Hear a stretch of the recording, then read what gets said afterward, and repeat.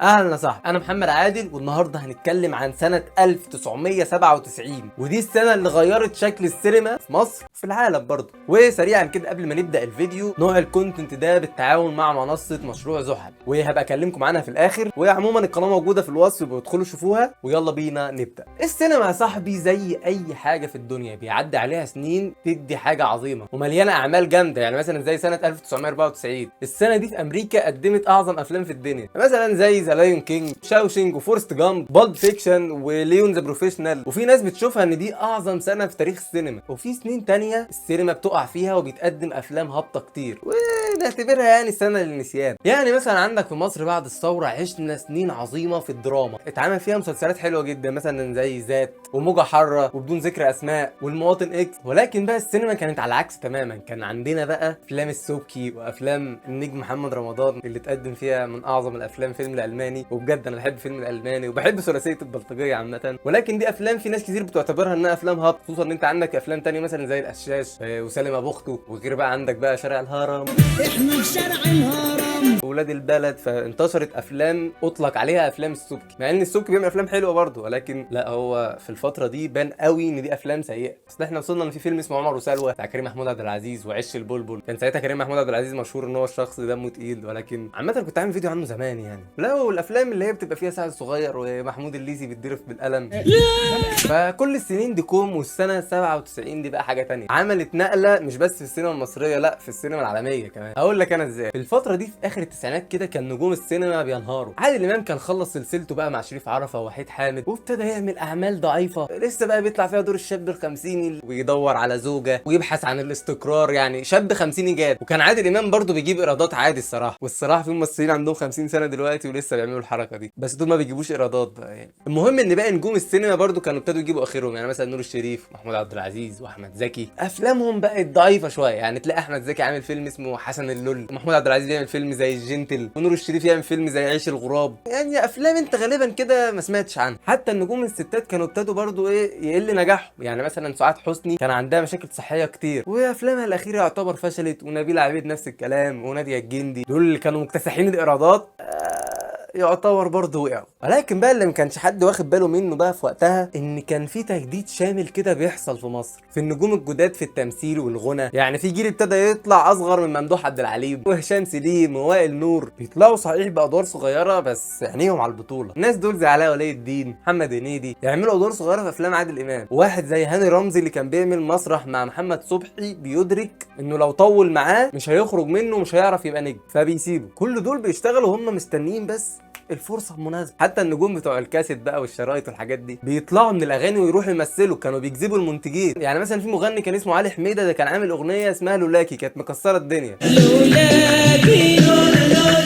راح عمل فيلم باسم لولاكي وطبعا فشل. عندك مثلا حكيم قبل فيلمه الايقوني علي سبايسي عمل فيلم اسمه الرقاصه والشاويش وتقريبا برضه فشل، يعني انا اول مره اسمع عنه. في الوقت ده المغنيين اللي كانوا بيبتدوا بقى يطلعوا كانوا بيتعلموا من اخطاء الناس دي، وقعدوا بقى يستنوا الفرصه الصح. وكان اذكى اتنين بقى في الوقت ده، مش دلوقتي يعني، كان مصطفى قمر ومحمد فؤاد، وهتعرف ليه قدام. ولكن المهم انا كده اديتك فكره عن شكل السينما والفن في اواخر التسعينات. تعال نعرف بقى اللي حصل في سنتنا دي بقى اللي هي 97.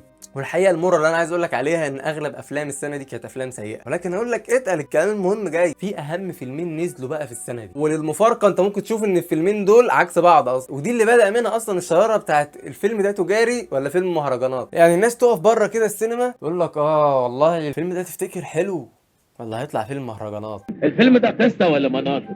مناظر. فالناس كانت تقول لك لا ده فيلم عميق بتاع مهرجانات مش هندخله. وكان اخر الناس اللي بتعرف توازن ما بين حوار التجاري والفني كان مثلا مخرج زي محمد خان، خيري بشاره، واخرهم فيلم البحث عن رامبو، ده يعتبر اكتر فيلم مستقل في تاريخ السينما المصريه جاب فلوس كفيلم مستقل يعني. وهي الافلام المصريه ما كانتش بتوصل لجوائز كتيره بره او توصل بره اصلا بسبب بقى سوء في التوزيع وسوء ونسخ الافلام نفسها. ولكن حد زي يوسف شاهين كان مثال لافلام المهرجانات والتمثيل المشرف خارج مصر، ولكن جاب نتيجه عكسيه مع شويه ناس، اللي هو ناس تشوف ايه ده يوسف شاهين اللي عامل فيلم، لا فاكس بقى طريق السلامه انت. بيعرفوا ان ده فيلم مهرجانات وبنسبه كبيره مش هنفهم الفيلم. طب وعلى ايه ندفع فلوس ليه يعني؟ انا الاقي فلوس في الارض. ولكن طبعا يوسف شاهين هو من اول المخرجين في مصر اللي الناس تدخل الفيلم علشان ده اخراج يوسف شاهين، فهو يعتبر كان نجم في حتته. ولكن تجاريا مش كل الناس عايزه المهرجانات وعايزين نتثقف، فحصل فجاه ان ممكن الناس لما تشوف اسمه تفكس. وكان السبب في ده هي السنه 97. ليه بقى؟ لان كان فيها الفيلمين دول نازلين مع بعض، والفيلمين هم ايه؟ اسماعيليه رايح جاي،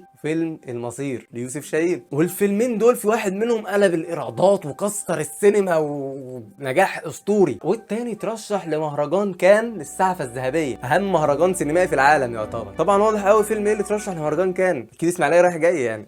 لا طبعا بهزر، اكيد فيلم المصير يعني. فتعال اقول لك كده توب 10 معلومات عن اسماعيليه رايح جاي، هم غالبا 10 يعني. المهم فيلم اسماعيليه رايح جاي يعني تقدر تصنفه كده كفيلم سيره ذاتيه. هو مش مجرد فيلم عن قصه صعود، ده فيلم بيحكي قصه محمد فؤاد، يعني حكايه شاب اهله جم من اسماعيليه على القاهره وليه اخ استشهد في الحرب وعزت ابو عوف اكتشفه. حتى التفاصيل الصغيره زي امتحانات الاعداديه دي كانت حاجات حصلت في حياه محمد فؤاد فعلا. هو وقتها كان مر بمشاكل كتير مع محمد خان، وكان عايز يعمل فيلم بقى يعوض بيه المشاكل اللي حصلت دي. فتقابل بقى مع السيناريست احمد البيه، ومحمد فؤاد بيحكي ان هو كتب 4 صفحات واداهم للبيه حولهم بقى للفيلم اللي احنا شفناه. مش بس محمد فؤاد كان مؤلف القصه، لا ده كان يعتبر الكاستنج دايركتور، يعني هو اللي كان مختار محمد هنيدي ان هو يمثل معاه. يعني هو بيقول ان هو حضر مسرحيه لهنيدي فعجبه اداؤه فخده معاه. اما بقى اخطر معلومه عن فيلم اسماعيليه رايح جاي ان منتج الفيلم ده شارك كممثل في الفيلم، كان عامل دور اخو محمد فؤاد، وطبعا محدش فاكره لان هو ما بيعرفش يمثل ودوره صغير. انا نازل على الورش، عايزه حاجه يا امي. والمنتج ده كان اسمه حسن ابراهيم. والراجل ده عمل فيلم اسماعيليه رايح جاي ازاي؟ عمله يا باشا بان هو خد كارد هو وشركائه وراحوا البنك الاهلي خدوا كارد ب 6 مليون جنيه حلو كده، علشان على طول توجه له النيابه العامه تهمه غسيل اموال في نشاط سينمائي، واتحكم عليه في القضيه بالسجن 3 سنين هو وشركائه. والفيلم اتعطل 8 شهور ومفيش منتج عايز يدخل يكمل الفيلم، لحد ما دخل محمد حسن رمزي المنتج راح نقض الموقف وعمل الفيلم. وحتى مشاكل الفيلم ما كانتش بس في الانتاج، يعني هو كان في مشاكل كتير تانية جوه في اللوكيشن والتصوير، لدرجه ان محمد هنيدي ما كانش مهتم ان الفيلم هينزل ولا لا، وكان شايف ان هو فيلم هيفشل اصلا. انا كنت بعد اقول يا رب اسماعيليه ده ما ينزلش.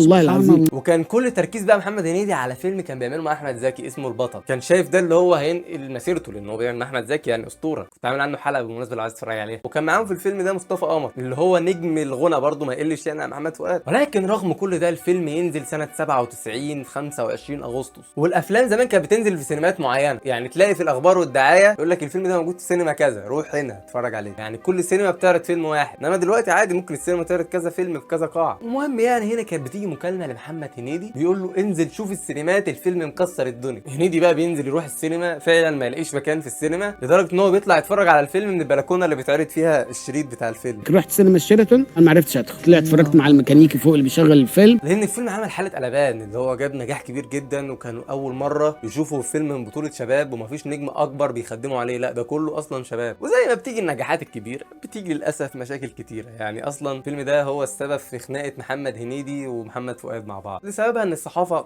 مجدت قوي في محمد هنيدي، شافت ان هو كان شايل كوميديا الفيلم على كتافه، والصراحه بنسبه كبيره دي حقيقه. كمان غنى اشهر اغنيه في الفيلم اللي هي كمننا. لا وكمان المشاكل كانت مع خالد النبوي اللي كان بيقول ان هو نجم الفيلم. فلما فؤاد عمل عرض اول للفيلم في سينما اسمها بيجال، راح هو عمل عرض خاص مع حاله كده في سينما شيراتون، وحضرت معاه حنان ترك، يلا يا عم افرح. والفيلم ده عمل 15 مليون جنيه في الوقت ده، كان اعلى فيلم بيحقق ايرادات كان 7 مليون جنيه، وكانت بتبقى طبعا من نصيب الزعيم عادل امام. وعشان تعرف قد ايه الرقم ده ضخم، فالدولار ساعتها كان ب 3 جنيه ونص. يعني الفيلم عمل اكتر من 4 مليون ايرادات. ولكن سبحان الله الفيلم ده رغم ان هو جاب ايرادات كتير، ولكن الفيلم ده مليان اخطاء بالحيل يعني وديفوهات كتيره جدا، يعني لدرجه ان ممكن تعتبره اللي هو يعني حرفيا المخرج كان بيشغل الكاميرا والتكت. النبويه كانت بتتخانق مع ريجيسير ليها فلوس واحنا بنصور، يا نبويه وطي صوتك، قلت لها تعالى نبويه تعرفي تعملي كذا كذا، اضطرينا ناخد المشهد واحنا بنضحك لان ما كانش ينفع. الفيلم لو فاكر يعني كانت احداثه في الستينات بين النكسه والحرب، لكن كل الازياء اللي في الفيلم كل العربيات كل حاجه بتقول لك ان احنا في التسعينات. حتى عزت ابو عوف كان طالع بشخصيته هو واخواته الفور ام اللي هي اصلا فرقه اتعملت في الثمانينات. حتى في اغنيه كمانانا كان بيقول الدش مع الموبايل، اللي هي اختراعات ما كانتش موجوده في الستينات يعني.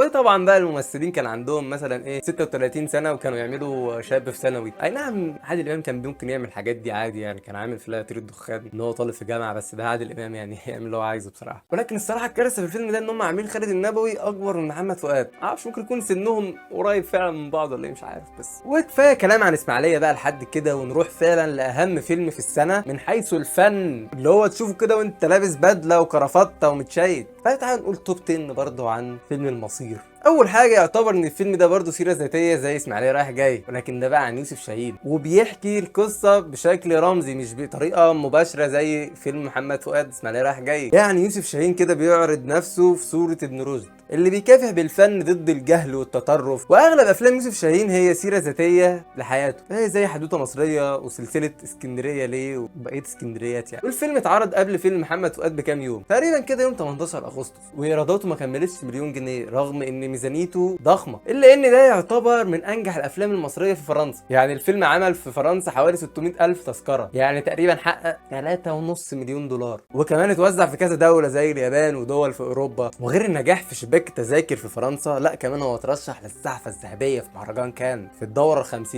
وخد شاهين جايزه المهرجان الخاصه عن مجمل اعمال بمناسبه اليوبيل الذهبي. est remis à Youssef Chahine pour l'ensemble de son œuvre.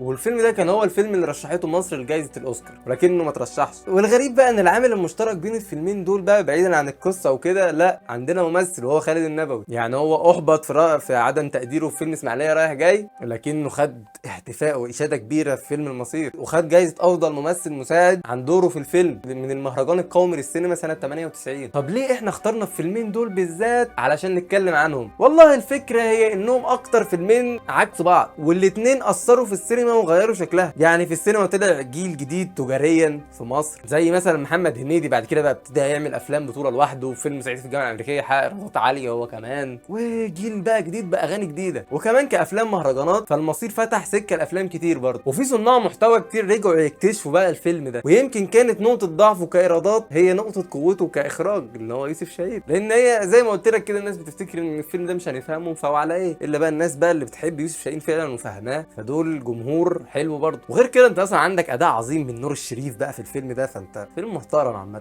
وزي ما اسماعيليه قدم لنا اغنيه كمننا، فالمصير قدم لنا علي صوتك بالغنى لمحمد منير اللي كان يعتبر نجم من نجوم جيله طبعا ولحد دلوقتي. علي صوتك علي صوتك بالغنى. ودي يا سيدي السنه اللي غيرت شكل الصناعه السينمائيه في مصر. اما عالميا بقى فيكفي اقول لك ان كان عندهم بقى بينزل فيلم تايتانيك اللي هو قلب برضه موازين الصناعه العالميه، وحول ليوناردو دي كابريو لاهم نجوم العالم، ولحد دلوقتي ده النجم المفضل لناس كتير وبالنسبه لي. والفيلم ده عمل قلق كبير جدا في مصر بقى، بوسترات وتيشيرتات واغاني، ولدرجه الناس كانت بتبقى عليهم معاهم زي دوسيهات كده عليها صوره الفيلم. والفيلم ده كان اتعرض 19 ديسمبر سنه 97، وده كان ملخص سريع لسنه 97، السنه اللي اتغير بعدها شكل السينما محليا وعالميا. وما تنسوش تتابعوا منصه زحل لو عايزين تشوفوا فيديوهات آلة زمن زي دي كتير. فما تنساش بقى اللايك والشير والسبسكرايب يا معلم، وسلام يا صاحبي.